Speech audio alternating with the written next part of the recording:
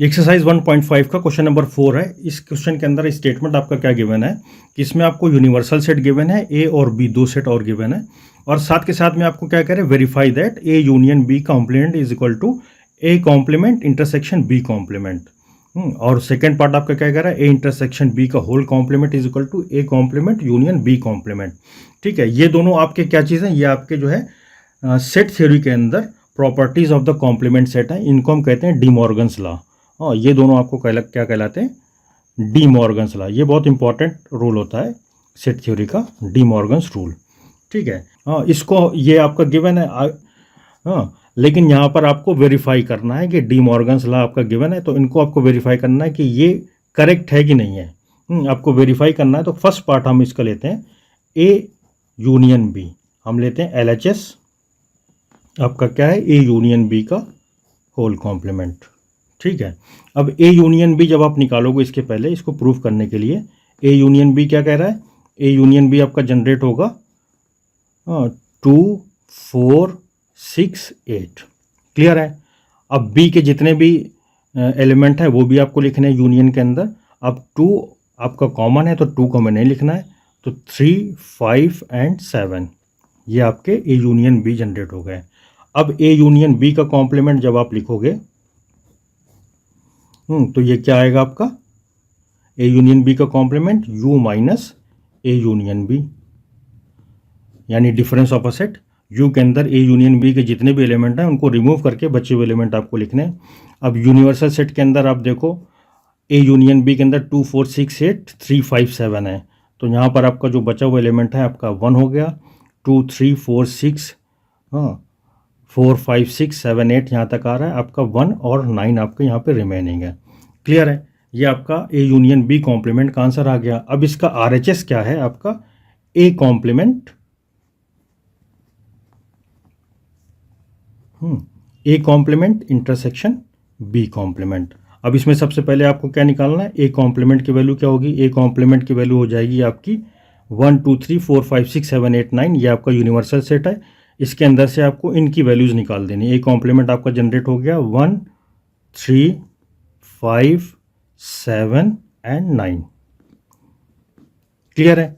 अब इसी तरह से इसके अंदर बी कॉम्प्लीमेंट आपको निकालना है। बी कॉम्प्लीमेंट जब हम निकालेंगे तो क्या बचेगा आपका 2 3 5 7, बी की वैल्यूज़ हैं। तो जब हम इसको लिखेंगे 1 2 3 आपका इसके अंदर प्रेजेंट है, 4 6 8 एंड 9। तो जब हम इसका इंटरसेक्शन करेंगे, इन दोनों का, ए कॉम्प्लीमेंट और बी कॉम्प्लीमेंट का इंटरसेक्शन करेंगे, तो ये आपका क्या जनरेट होगा, इंटरसेक्शन इन दोनों का। इन दोनों के बीच में कॉमन एलिमेंट कौन कौन से हैं, 1 और 9। क्लियर है। तो आपका क्या हो गया, आपका LHS इक्वल टू RHS आपका प्रूफ हो गया, या इसको वेरीफाई हो गया। डी मॉर्गन्स लॉ का फर्स्ट रूल आपका वेरीफाई हो गया। अब डी मॉर्गन्स लॉ का जो सेकंड रूल है वो आपका ये कह रहा है, ए इंटरसेक्शन बी का whole complement a complement union b complement.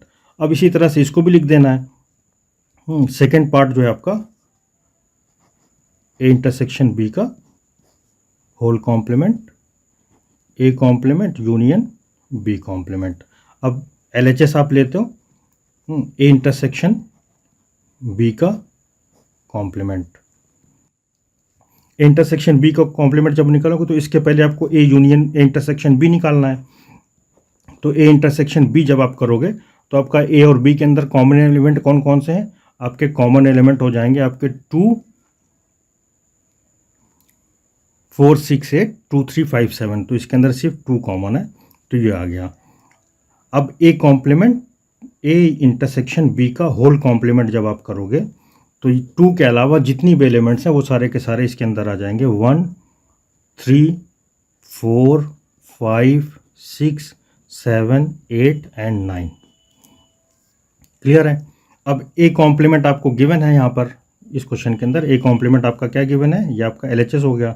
RHS आपका क्या है, ए कॉम्प्लीमेंट आपको गिवन है, कितना है आपका 1 3 5 7 9, और बी कॉम्प्लीमेंट भी आपको गिवन है 1 4 6 8 एंड 9।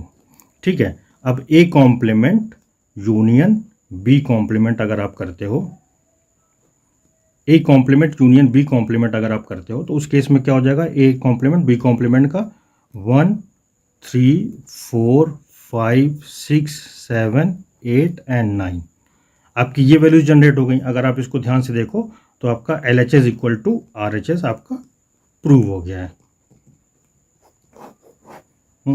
ये आपका वेरीफाई हो गया। एल एच एस के अंदर जो वैल्यूज़ हैं वो आपकी आर एच एस के अंदर प्रेजेंट है। तो ये आपका डी मॉर्गन्स लॉ यहाँ पे प्रूव हो गया है।